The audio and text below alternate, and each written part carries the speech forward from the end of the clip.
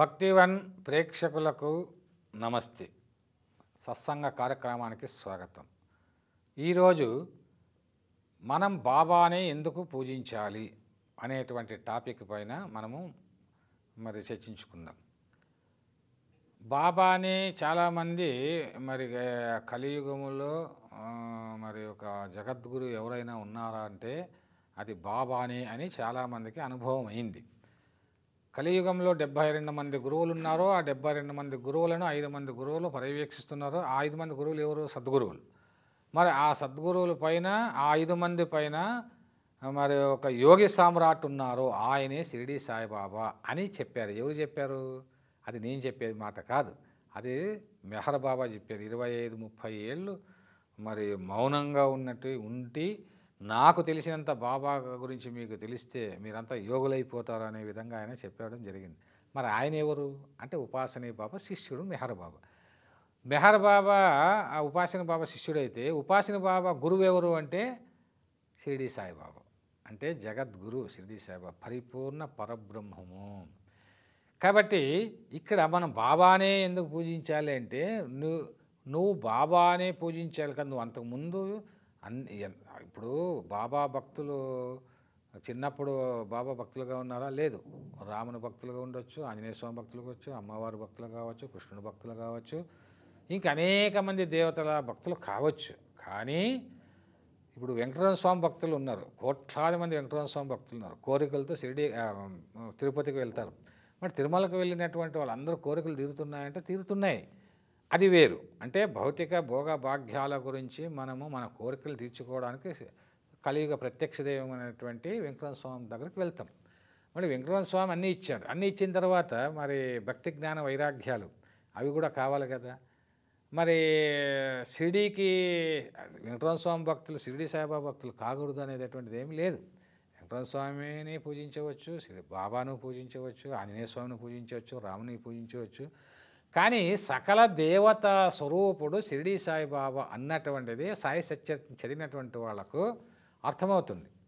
అంటే బాబాను ఏ రూపంలో కావాలి అనుకునే వాళ్లకు ఆ రూపంలో బాబా కనిపించాడు. మరి ఇక్కడ నేను పండరిపురం వెళ్తాను, విఠల్ని దర్శనం కావాలనుకున్నటువంటి వాళ్ళకి షిరిడీలో పండరినాథునిగా కనిపించాడు. అలాగే గంగా యమునలు పవిత్రమైనటువంటి స్థలాలు, నేను అక్కడికి వెళ్ళొస్తాను బాబా అని చెప్పేసి దాసకాన మహారాజు అడిగినప్పుడు, అరే నా పాదాల్లోనే గంగా యమునలు ఉన్నాయని చెప్పేసి పాదాలకు నమస్కారం చేసినారు. గంగా యమునలు ఆయన బటుని వేళ్ళ నుంచి వచ్చాయి కదా. సో సర్వతీర్థాలు సర్వదేవతలు అందరూ బాబా స్వరూపంలో ఉన్నారు అంటే ఎలా అనొచ్చు. దీనికి తూమపూడి కోటేశ్వరరావు గారు అని ఆయన గొప్ప పరిశోధకులు, ప్రొఫెసర్, సాయిబాబా పైన అద్భుతమైనటువంటి గ్రంథాలు రాసినటువంటి వ్యక్తి. లీలా సమాధిని ఒక అద్భుతమైన గ్రంథం రాశాడు. అందులో చెప్తాడు సకల ఉపన్యాస సారాంశము సాయిబాబా స్వరూపము, సాయిబాబా వ్యక్తిత్వం అని చెప్పి ఆయన ఒక చోట రాస్తూ బాబా గురించి చెబుతూ, బాబా ఎవరు అనుకుంటున్నారయ్యా, బాబా అమ్మవారి స్వరూపము. అంటే ఈ విశ్వశక్తి, విశ్వాన్ని పరిపాలిస్తున్నటువంటి ఒక శక్తి ఉన్నది కదా, ఆ శక్తి స్వరూపమే అమ్మవారు, జగన్మాత. జగన్మాత ఆ స్వరూపమే సాయిబాబా. అంటే ఎలా, దీనికి రుజువేమిటి అని ప్రశ్నిస్తారా? ప్రశ్నించినప్పుడు చిన్నతనంలోనే బాబాను ఒక గురువు హిమాలయాలకు తీసుకువెళ్ళి జగన్మాత మంత్రాన్ని అతనికి ఉపదేశిస్తారు. జగన్మాతని ఎలా ఉపాసించాలో ఆయన చెప్పారు. అలా ఆయన ఉపాసించి తర్వాత షిరిడీకి వచ్చారు. షిరిడీకి ఒక ఫకీరు రూపంలో వచ్చాడు, కానీ అమ్మవారు అనేక రూపాలు, సర్వశక్తి స్వరూపిణి ఎవరు? అమ్మవారు. కాబట్టి ఆ జగన్మాత అంటే అంత ప్రేమతత్వము కలిగినటువంటి ఆ జగన్మాతే సాయిబాబా రూపంలో వచ్చాడు సాయిబాబా రూపంలో అని చెప్పారు. ఇంకా ఈ యొక్క గురు చరిత్రను చదివినప్పుడు సాక్షాత్ దత్తాత్రేయ స్వరూపుడే, శ్రీపాద శిలవల్లభుడు, నృసింహ సరస్వతి, వీళ్ళందరూ కూడా అక్కలకోట మహారాజు ఆ పరంపరలో వచ్చినారని అట్లా అనుకున్నా కూడా త్రిమూర్త్యాత్మక స్వరూపుడు దత్తాత్రేయుడైనప్పుడు, త్రిమూర్త్యాత్మక అంటే త్రిమూర్తులు కూడా జగన్మాత యొక్క రూపాలే అని మనం భావించాల్సి వస్తుంది. కాబట్టి ఒక సర్వశక్తి సంపన్నుడు అంటే ఈ విశ్వశక్తి షిరిడి సాయిబాబా. అందుకే షిరిడి సాయిబాబాను పూజించడం తప్పు లేదు. చాలామంది మరి షిరిడి సాయిబాబాను ఎందుకు పూజించాలని ఒక క్వశ్చన్ వేసుకున్నప్పుడు కోట్లాది మంది వాళ్ళు పూజిస్తున్నారు కదా. అయితే చాలామంది షిరిడి సాయిబాబా తత్వాన్ని ప్రచారం చేసేటువంటి వాళ్ళు, షిరిడి సాయిబాబా పైన పుస్తకాలు రాసినటువంటి వాళ్ళు చెప్పేది ఏమిటంటే, షిరిడి సాయిబాబా పూజిస్తే సేవిస్తే పిలిస్తే పలికే దైవము కాబట్టి వెంటనే మన కోరికలు నెరవేరుతాయి అని తెలియజేశారు. మానవులు చాలా తెలివైనటువంటి వాళ్ళు, ఈ భక్తులు అనేటువంటి వాళ్ళు ఉన్నారు చూడండి. ఈ భక్తులు ఏ దేవతను పూజించే భక్తులైనా చాలా తెలివైనవారు. ఎవరైతే తమకు కోరికలు తీరుస్తారో వాళ్ళు మాత్రమే చాలా గొప్ప దేవతలని ప్రచారం చేస్తూ ఉంటారన్నమాట. ఇక్కడ ఎవరెవరి కర్మానుసారంగా వాళ్ళ కోరికలు, వాళ్ళ ఆశలు, కళలు తీరుతుంటాయనేటువంటి విషయము అది చాలామంది తెలియనటువంటి విషయం. పని చేయకుండా, ఏమీ శ్రమించకుండా బాబా నాకు అన్నీ ఇవ్వాలి అంటే బాబా ఇవ్వరు. ఎందుకంటే కాశీరామ్ అనేటువంటి వాడు ఊరికి వచ్చి ఆ యొక్క షిరిడీలోని మసీదులో కూర్చొని తింటూ ఉంటే బాబా చెప్తాడు, అరే ఆడు అడుగుతాడు, నాకు లంకె బిందెలు లభించాలి బాబా అంటే, నీకు లంకె బిందెలు లభిస్తాయిరా, నీవు వెళ్ళి పొలాన్ని దున్ని ఆ పొలంలో మిరప గింజలు వేయి అని చెప్తాడు. అప్పుడు అతను పొలం దున్ని మిరప గింజలు వేస్తే అదృష్టవశాత్తు అప్పుడు వర్షాలు బాగా పడటము, మొత్తం మహారాష్ట్రలోనే ఆ మిరప పంట లేదు. కానీ ఇతను పండించిన పంటకు డిమాండ్ రావడము, మళ్ళీ ధనము బాగా రావడం జరుగుతుంది. అప్పుడు బాబా దగ్గరకు వస్తే లంకె బిందెలు దొరికాయా అంటాడు. దొరకలేదు బాబా అంటాడు. అప్పటికి రే నీవు పండిన పంటకు డబ్బులు వచ్చాయి కదా, అవే లంకె బిందెలు అంటే శ్రమించకుండా కష్టపడకుండా ఏదీ రాదు అన్నటువంటి విషయాన్ని బాబా తెలియజేశారు. మరి ఇప్పుడు కూడా ఎవరైనా సరే వ్యాపారం చేసినా లేకపోతే ఉద్యోగాలు చేసినా మరి కష్టపడినా కష్టపడేటువంటి వాళ్ళకు ఫలితాలు వస్తాయి తప్ప ఏమాత్రం కష్టపడకుండా ఫలితం రమ్మంటే ఎలా వస్తుంది? అయితే ఇక్కడ మన కష్టానికి, మన ఉద్యోగాలకి, మన పదవులకి భక్తికి సంబంధం లేదు. భక్తి అనేటువంటిది అది వ్యక్తిగతమైనటువంటి ఒక ఫీలింగ్.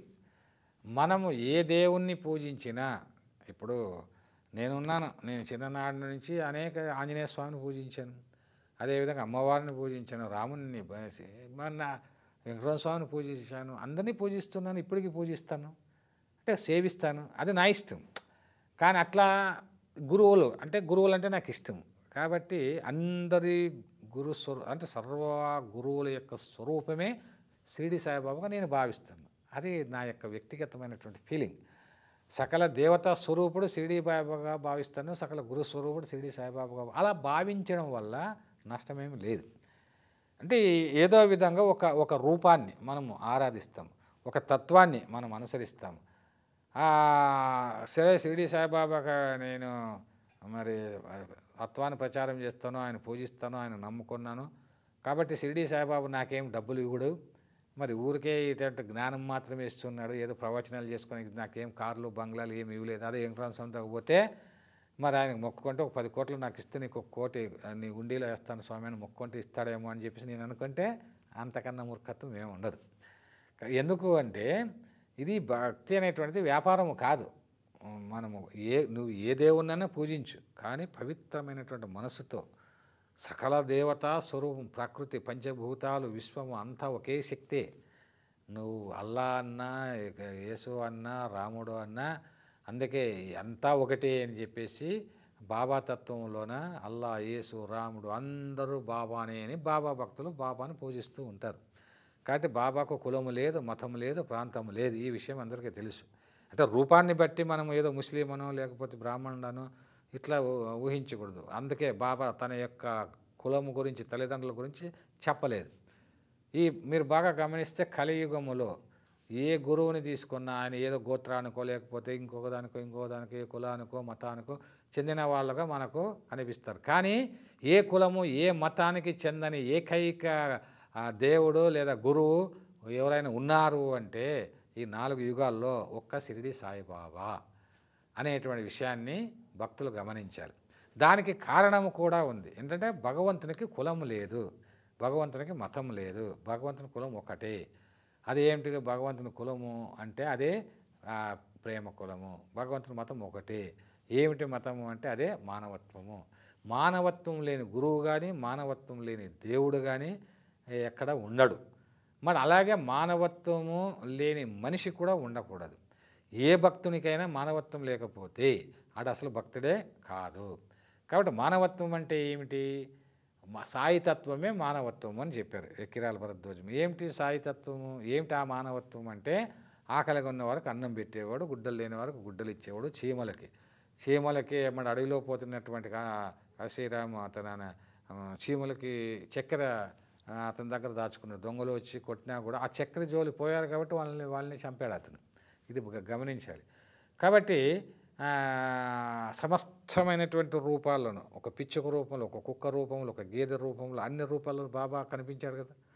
కాబట్టి సమస్త రూపాలు అన్నీ బాబా స్వరూపాలే, భగవంతుని స్వరూపాలే అని నువ్వు భావిస్తే అది ఒక అద్భుతమైనటువంటి భావం.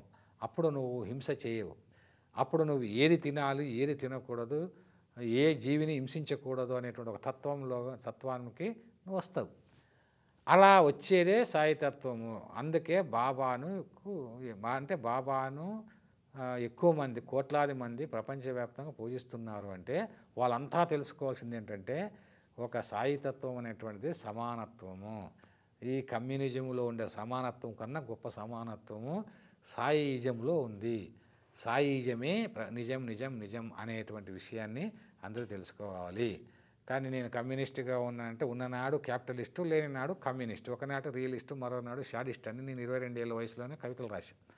కాబట్టి అట్లా అయిపోయింది. ఇక్కడ నువ్వు కమ్యూనిస్ట్ అయినా, క్యాపిటలిస్ట్ అయినా, ఫ్రీస్ట్ అయినా, ఎవడైనా కూడా ఒక హ్యూమనిస్ట్ కావాలన్నమాట.